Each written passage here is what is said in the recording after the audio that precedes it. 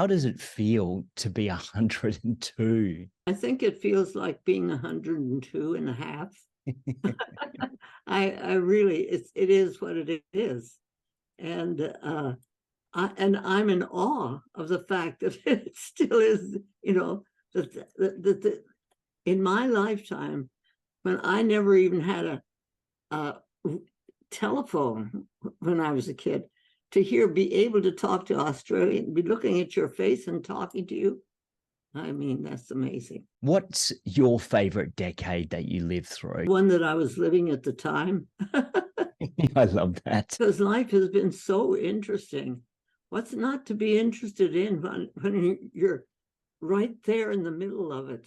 I've seen so much profound change. I've lived through them. It's not just getting over them.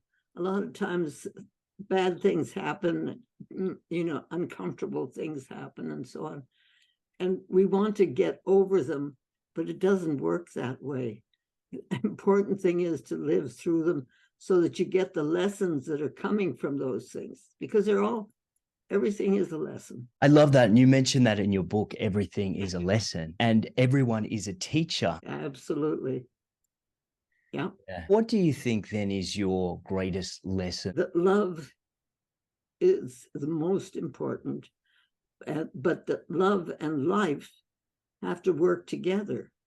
They don't do much of anything if they're not connected to start with, because it's like the yin and the yang. It's like the positive and negative, male and female, pregnancy and birth.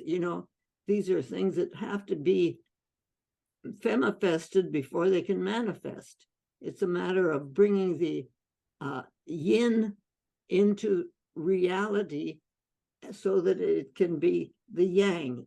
These two aspects of our being are so interconnected that they don't do well without the other. Yeah, beautifully said. You're no stranger to challenge. I know in your book you share about Bill. That aspect of my life was probably the most devastating, because Bill and I had done so much together. We'd started the American Holistic Medical Association. We had the ARE clinic. We were doing lectures around the country. Even we'd gone around the world. We had done 46 years of what I considered amazing work together. And then he asked for a divorce, and it threw me into the wilds. I absolutely had no way of pulling it together that I could even begin. Why? How? Who?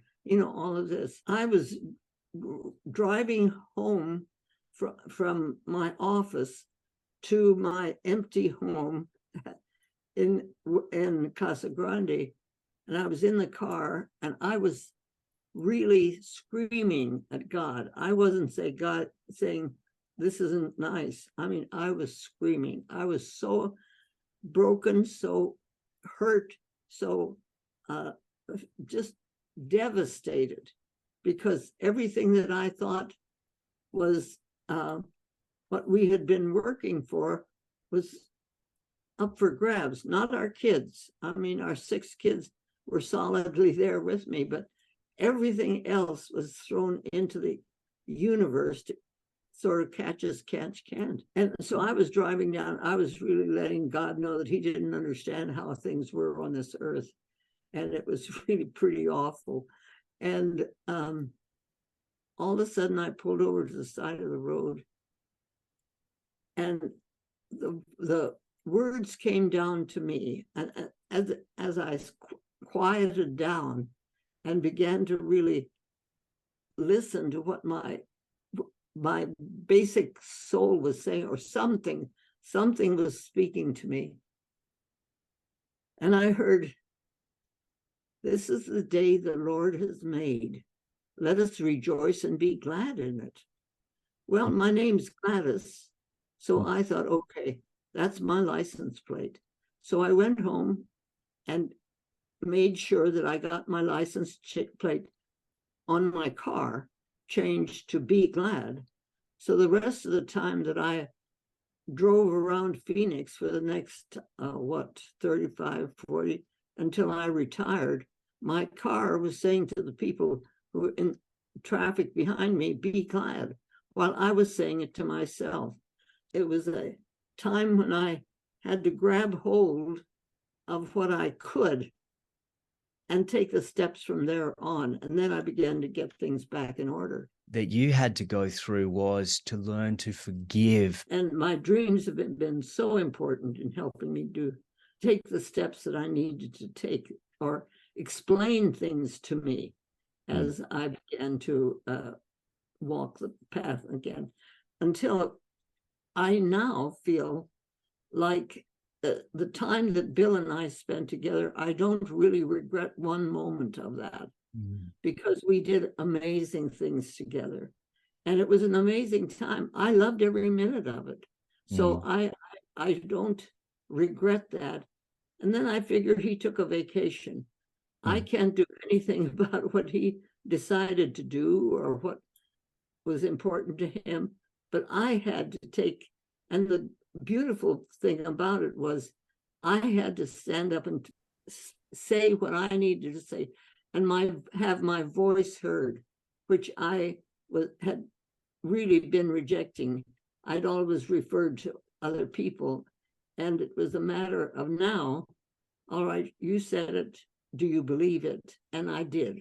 Well, you say in the book that you found your voice, you found your authentic voice at the age of 90. Do you feel that Bill had helped you in a way through these lessons that you'd learned? Oh, tremendously. I mean, we did things that are just, we started the American Holistic Medical Association. When we started it, there were just 5 of us doctors. I was the only woman, but it took us 2 years to decide how to spell holistic, because the word that we were looking for was the base word for that was health, healing, and holy. So it had to start with H, not the W word. So, I mean, the word holistic that way is really important. But what we were calling for was reclaiming the spiritual aspect of our being. And Bill and I understood that. We talked about it. We knew about it. We taught about it. We preached about it. We wrote about it, and our kids understood it. And the patients that we talked to, it was, our life was involved with that whole concept of how important life itself was. And we loved every minute of it. His leaving was his getting tangled up in his old karmic patterns, and he couldn't get rid of them. That's his problem. That was his lesson. And I know you love to think positively. I say things don't happen to us, they happen for us. And I always go on to say that they happen for our spiritual and our evolutionary growth. And sometimes they come in undesirable things, a breakup, a loss of a child. Some illness might be the one that brings it to you. The field of medicine has gotten stuck since the World War II when I was in medical school, because everything that we still are trying to do and working with is a war against disease and pain. We want to get rid of pain and we want to get rid of diseases. And I think that's wrong. I think that, first of all, I think what we've done to birthing is terrible. And my first 2 children were born this way. We used what was called twilight sleep, which meant that you were totally anesthetized. The woman absolutely had no ability to push when it came time to push the baby out. She couldn't do it.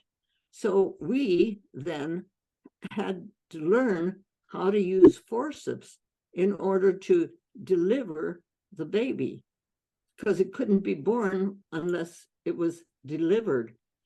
And so I got very good at that. I could deliver an after-coming head and be okay. Took me a while to forgive myself when I began to understand what we had really done, to realize that what we really did with that whole process was to take the woman's basic internal power away from her, so that women don't know that it's not just their job to birth baby, but it's their glory. It's what we're here for. It's the essence of our being, to have a loving birth for the child. So instead of saying we delivered babies, and sometimes I catch myself saying that still, because we said it for so long. We don't deliver babies. We deliver pizzas, we deliver speeches, we deliver stuff. Women birth babies. They don't do it by themselves. I mean, they need help, and that's what we're there for, and we can do that. I wanted to ask you about the metaphysical connection between the body and illness. Groundbreakers like Louise Hay and even people before her have spoken about the interconnectedness between the body and metaphysics. What's your view? I have a story for that. I have a story for everything. Love that. My eldest son is an orthopedic surgeon. Yes. And he came through Phoenix ready to start his surgical practice in Del Rio, Texas. And he said to me, "Mom, I'm real scared." He said, I have all this training and I love the kind of work and so on.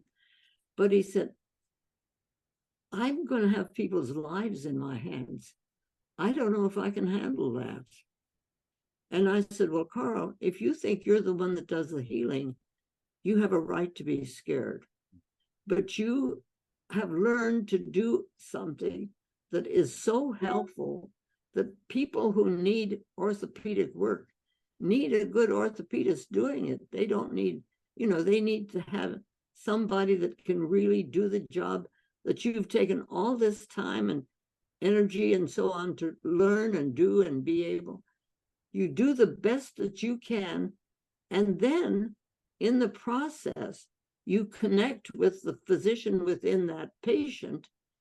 You now have a person that you can, you turn the healing aspect of this whole process over to the colleague who is the physician within the patient, who takes what you've given, what you're still giving with love, and integrates that into the way they're dealing with their body and their healing and the disease or whatever it is. But it's that reality that there's I like to think of it as a colleague, a real being within the patient that can understand what it is that I'm working with or that I'm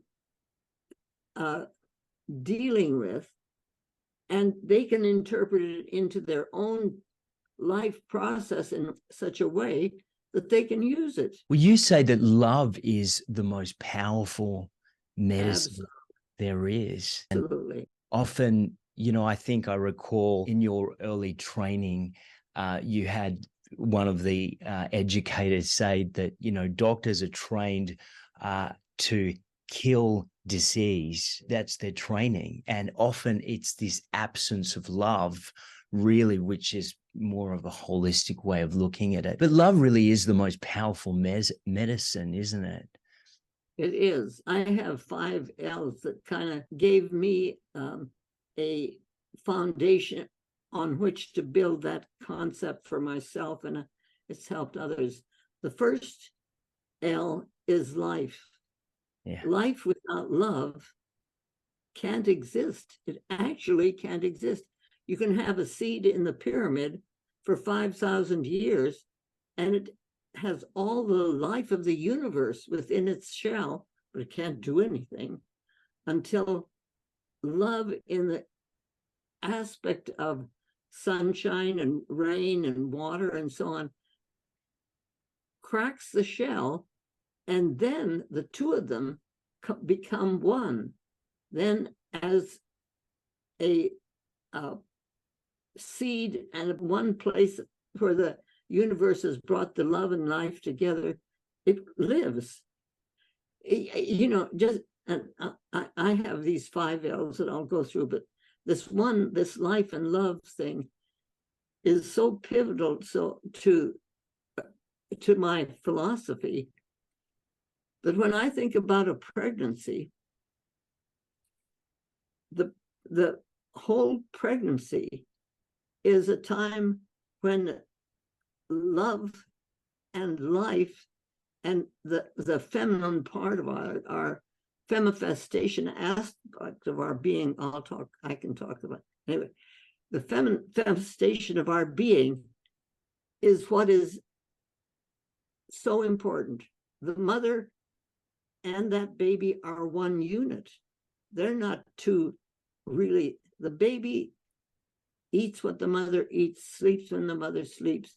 The baby and the mother are one unit. Yeah. That's the whole femifestation aspect of our humanity.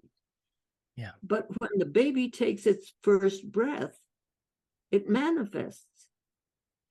Then it separates itself from its mother and becomes a person who is in this world for a very special reason at a very special time. It's that kind of divine timing and use of life that happens at that time. So life and love are just, they're one. They have to be one in order to be real. Yeah. But laughter with love, without love, is cruel. It's mean. It breaks families apart. Yeah. But laughter with love is happiness and hope and joy. It's that aspect of our being. So the 4th L is labor. Labor without love is drudgery. Oh man, I've got to go to work. There are too many diapers. This is just too hard.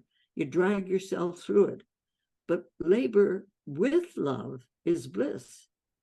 It's the joy you have in doing what you're doing and what I'm doing. It's the joy the painter has when she paints a painting, or a singer sings. It's that inner aspect of ourselves that works harder than you would work if you were drudgery dragging yourself through it, because it's bliss. It's your bliss. It's what juices you up. It's why you who become the person that you are. And the 5th is listening.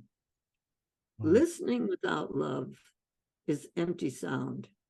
But listening with love is understanding. So for me, these 5 L's have given me sort of a foundation on which to continue to build. They're very essential to my way of looking at life and living it. And do you think that's what God is, or the definition of the divine is, this force of love? Absolutely. Yeah. Absolutely. You know, I think the Bible starts out with this kind of saying, God is love. Yeah. Yeah, I think it does. Yeah. Well, I wanted to ask you about your own spiritual journey, because I know you grew up in a traditional Christian family, but I believe that, you have a view of, you believe in the eternal soul, you believe in reincarnation, that we have many lives in different forms. How did you evolve with your own spiritual life and your view of the divine? Well, Bill and I got interested in Edgar Cayce work. Ah, yes. Beautiful. Yeah. And we had actually our ARE clinic was the clinical research in the Edgar Cayce medical process. So that actually, when Bill began talking about, because he had come to Phoenix before we came up, and he'd been in the service, and he had read about Cayce, and when he came in, and he started to talk about reincarnation, I thought, oh my, he's become a Hindu. Now what am I going to do? And, Yeah. but, you know, as we got into it, that wasn't it at all. The whole concept was so much broader and so much deeper that I really could accept it. And it makes so much sense. Field of medicine and watching your kids grow up and watching what they've done, you know, watching what you yourself have dreamt about and knew you needed to do and so on. It just made sense. Have you ever had a past life regression yourself? Yes. And I've experienced, I have one of my children that I know was my dad. Wow.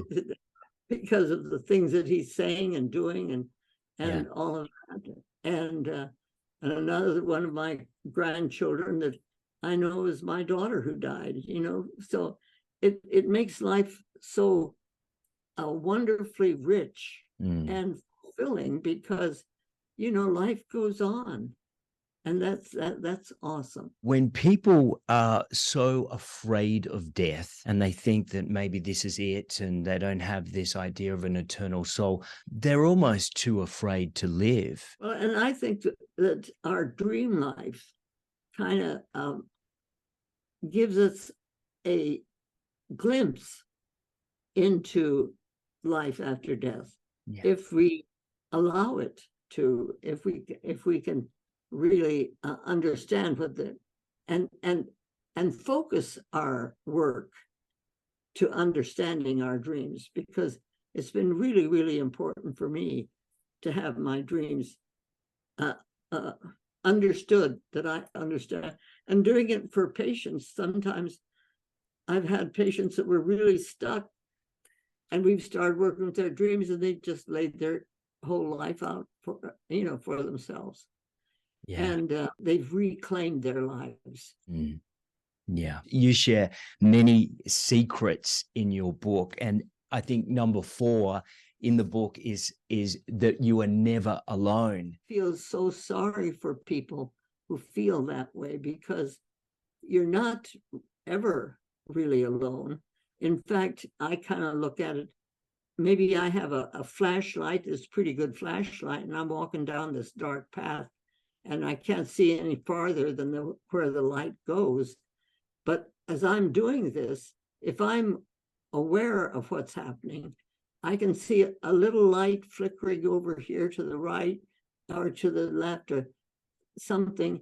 But if I add my light to that little light, it makes it, you know, opens the whole thing up for that little person whose light was getting very dim. It is not anything that, you know, you could put a picture on or something like that. It's just a concept that I have, but it works for me because I think a lot of times you say something and for some reason you help that person understand something that they've been struggling with. And it may seem just a casual comment for you. However, it's that light that shines up in their light is dim at that point, and it lights up the whole place.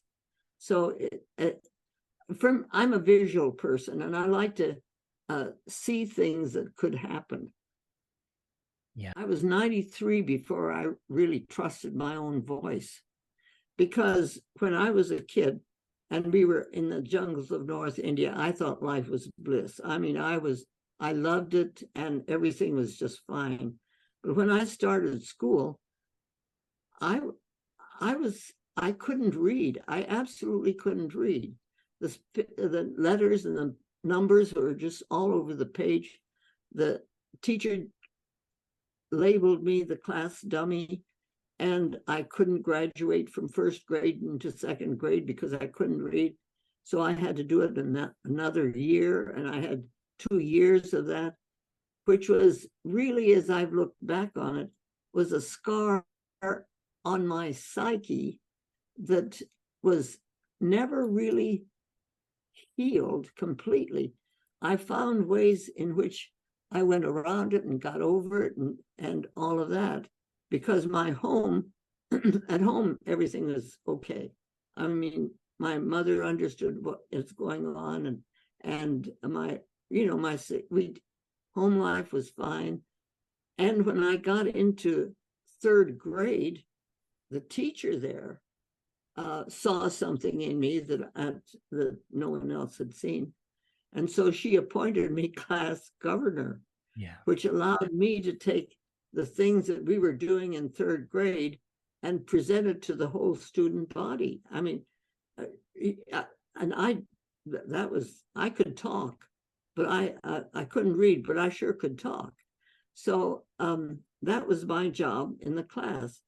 And the class had a play for the whole student body. And the play was The Frog Jumped Over the Pool. Well, I was taller than any of the other kids because I was a year older. And I became the frog. And my mother got me a green suit. She dyed a green suit. And I came out on the stage full of, I knew what I was doing and I was going to do it right. And I stepped out on the stage, but as I walked on to the stage, my two older brothers were in the front row of the audience, but it threw me off my step just enough. Instead of jumping over the pond, I jumped into it. And so I'm standing there and my suit is fading and I'm crying and I can't move and I can't do it, and the audience is hysterical. They're laughing so hard and just doubled up and so on. The teacher has to come and take me off the stage. So we're at home and my brothers are telling my mother how hysterical this, absolutely funny.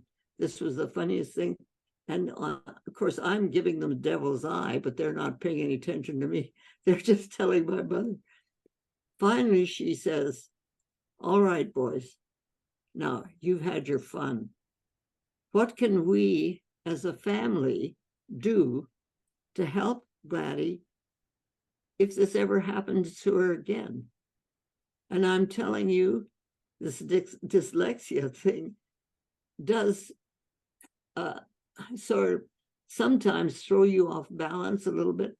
I've stepped up onto a stage and tripped and had to grab some. I mean, I can't tell you how many times, but I've always been able to say something like, "Oh, I'm such a drama queen," or something like that, that I have the audience in my hands before I ever start my talk.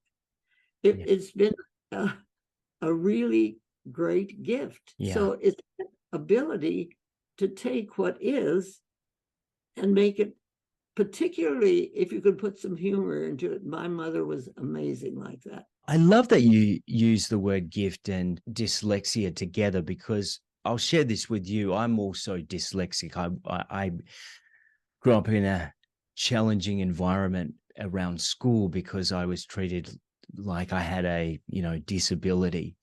And it was only recently that I think it was a BBC article I heard.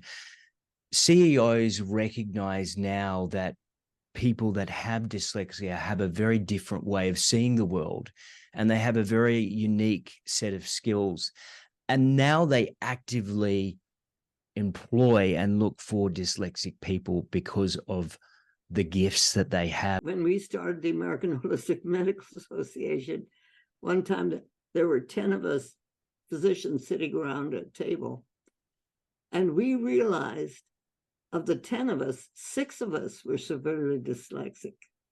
Wow. We looked at each other and we said, "No wonder we have this alternative way of looking at life."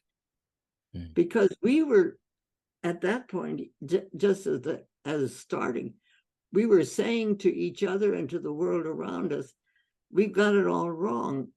We don't have to try to kill pain or diseases. We have to understand them."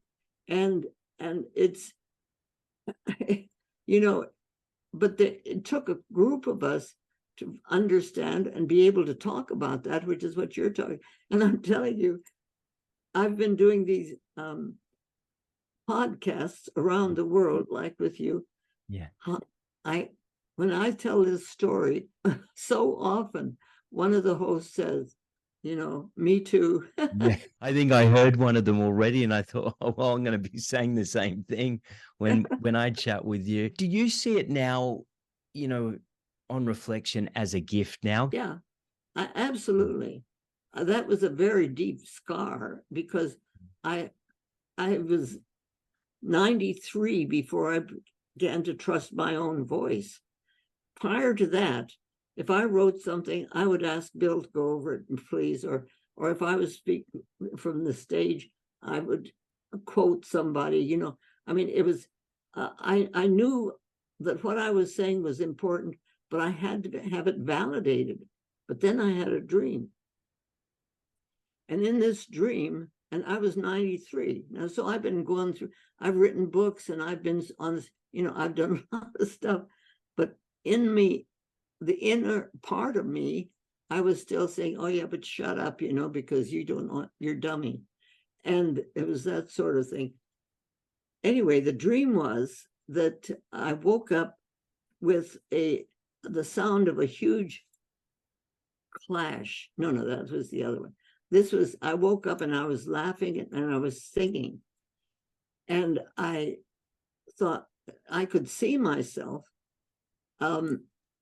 as a 9-year-old Gladys out in the jungles in North India.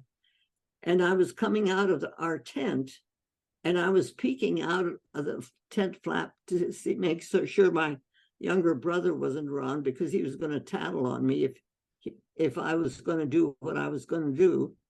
Because in our family, we were not allowed to sing anything but hymns and bhajans on Sunday morning. And this was a Sunday morning. And in my dream, I knew I was a Sunday morning, but in reality, it was a Sunday morning. So it's a Sunday morning, and my brother isn't there anyplace, so I can do what I'm planning to do. So I ran as fast as I could up the mango tree, and I'm sitting up in the mango tree, and I'm singing the caterpillar song, and I'm singing any old thing that I wanted to sing, and I'm just happily singing.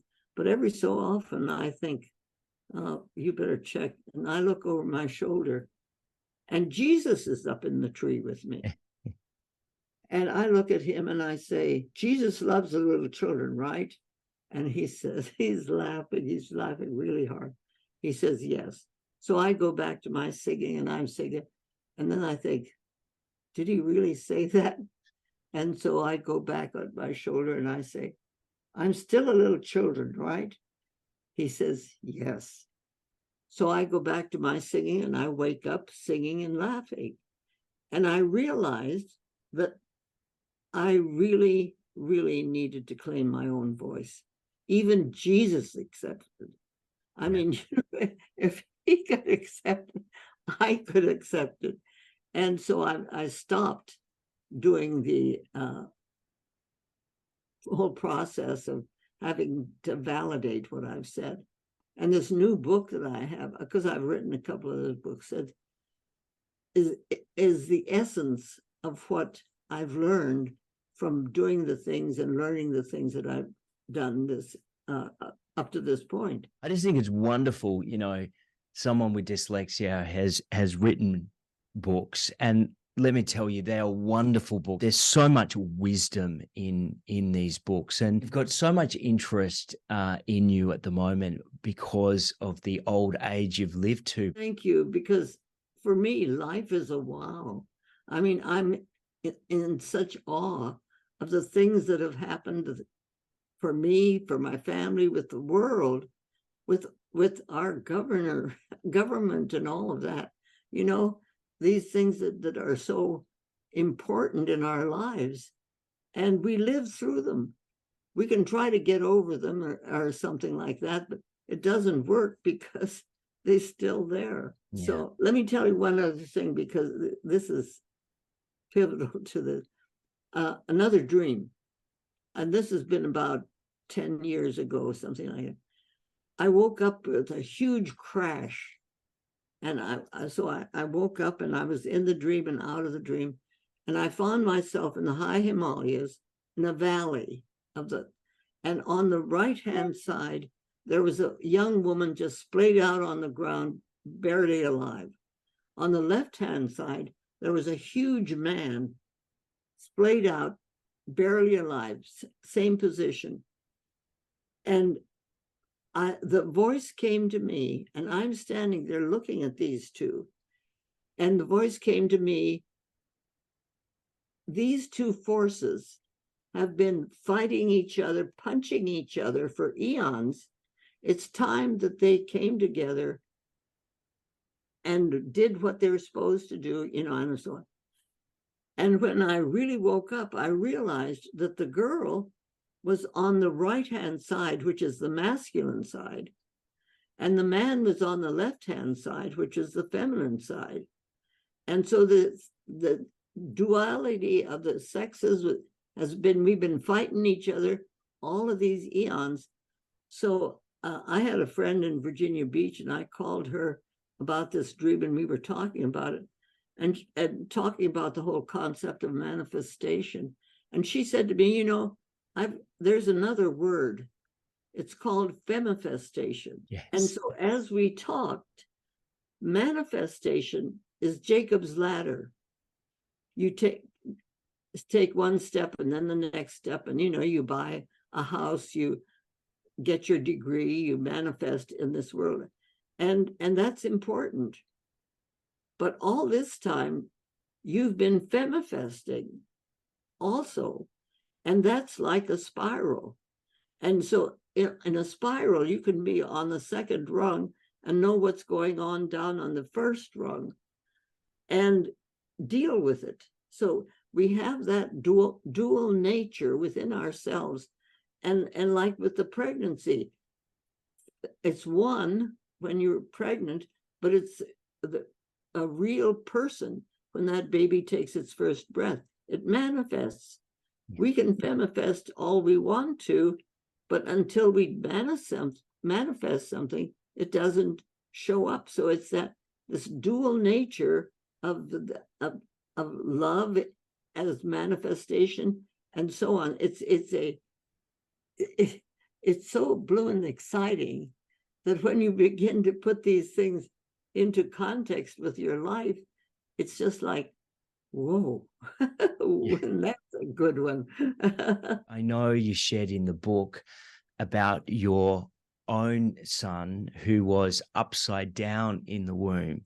And you articulate this beautiful story about just loving him the right way up. And then you go on to say that, it's like flipping it around. And this is kind of the secret that you leave the audience or the reader with.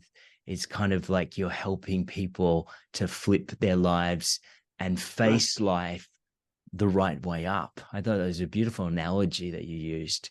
He's an ophthalmologist. He takes care of people's eyes. He's a good doctor. I think this book it's certainly been a gift to me, and I'm definitely going to be rereading it. It's very rare I come across a book that just has so much wisdom. I think it's a living thing, this book. Everything is energy. And you talk about that in the book as well, that everything is energy. And I don't know if you've heard of the great Dolores Cannon. She's passed on now, but one of her very famous quotes is everything is energy. Yes. But it is. And if you stop the energy, it dies. Yeah. Thank you for saying that. All that I've done doesn't amount to a hill of beans if you don't pick it up and grow with it. We're interdependent. I may have manifested a bunch of stuff here, but look what you're manifesting. It's you allow me to manifest these things, which isn't life awesome? And so many synchronicities if we choose to see them, some people can see the world as so random, but obviously you see life through a particular lens. And you talk about that as far as being about purpose. And I love that. And I wanted to ask you, what is your purpose? I know you've got a 10-year plan. Well, the whole concept of living medicine is so important to me to work with, but creating a village for living medicine, which I think, the Christ had to become flesh and dwell among us in order for the Christ consciousness to become real. All right. Well, I think that a village for living medicine, actually, and I really believe this, needs to become a reality on this earth, not just in one place, but other places where people see the vision and see that when life and love become the central part, the sanctuary of that village, then everybody that just steps onto the ground begins their healing. It's a concept that has so many layers and aspects to it that it's hard to even visualize what the infrastructure of that village is, because in my mind it would be different places. It'd be different in Australia than it would be in Mexico or in Scottsdale, Arizona. But the kind of infrastructure that is kind of fun to think about. For my 100 and whatever second birthday, I rode a tricycle out onto the platform. And the reason I did that is because when we started the American Holistic Medical Association, it's like there were two wheels that medicine worked with, and they were fine, but that's as far as they were going to go. So we came along with the concept of holistic medicine and put the third wheel onto this framework of medicine. And now it had a way of moving so that it could move forward and do what it needs to do. But how's it going to do that if a person doesn't climb up on the seat and bring the human life force into that structure so that when it does move, it's a person, a real person who has a purpose in this life, who came to this life to do these things, and then knows the direction they need to go in. Yeah. So it's that accepting the reality of who we are, and that we have access to this tricycle, which can take us, because the wheel of time is always moving. It's a great illustration, a great analogy. I love that you did that for your 102nd birthday. It's a beautiful thing. And, purpose, you've obviously got so much of it. And a lot of people, they lack purpose. I think there's a scripture in the Bible that says, when people lack purpose, the people perish without purpose, without meaning. What would you say to those that are looking for purpose in their own life? Well, you can't make them have purpose. Okay. It's hard to really make another person's, you can do what you can do, but then they have to take it. It's like I told my son, the orthopedic surgeon, he had to understand that it was the physician within that patient who actually had to do the healing. I think it's our duty to live our lives the best we can, not just our duty, our bliss. I mean, this is our privilege to live it, so that we can then speak with authority when we can say to somebody, like I can present the 5 L's, and maybe someplace along the line that'll just ring true for somebody. But whether it does or not is not my responsibility. My responsibility is to do the best I can to present these concepts and actually live our lives as best we can so that someone else wants to do it. You know, they reach, you know, if you're reaching to them, they reach back to you. And if that happens, then you've got a colleague that's going to work with you. But I needed to reach out to my own voice, but it took me a long time. It's so powerful that you found that voice even at the age of 92. And that voice is going out into the world far and wide. It's reached me. You're a hero of mine now. You've incredibly inspired me. And I'm so thrilled for you. I'm so thrilled that, you know, a life's work is being recognized in the capacity it is now. And I just think it's wonderful. I think it embodies everything that you teach in the book, everything you talk about, and it's just life giving back to you. And I think it's a beautiful thing. And isn't it amazing that you can do this and take it in and it becomes part of your life? Then you're part of my life and I'm part of your life. And so the life goes on. And that's the interconnectedness, when we realize that we're really all one beyond form, and we sense that, we know that, we see life through a very different lens. We don't see all the division and separateness, and we feel that. I'd be absolutely delighted to do this again. I would be really happy. Someone who admires you a lot. Well, if you ever come to the States, come to Scottsdale. Absolutely. I'll come and say hi. I'll have a cup of tea. All right. Much love. Love you too. Love you. Bye. Love you. Bye.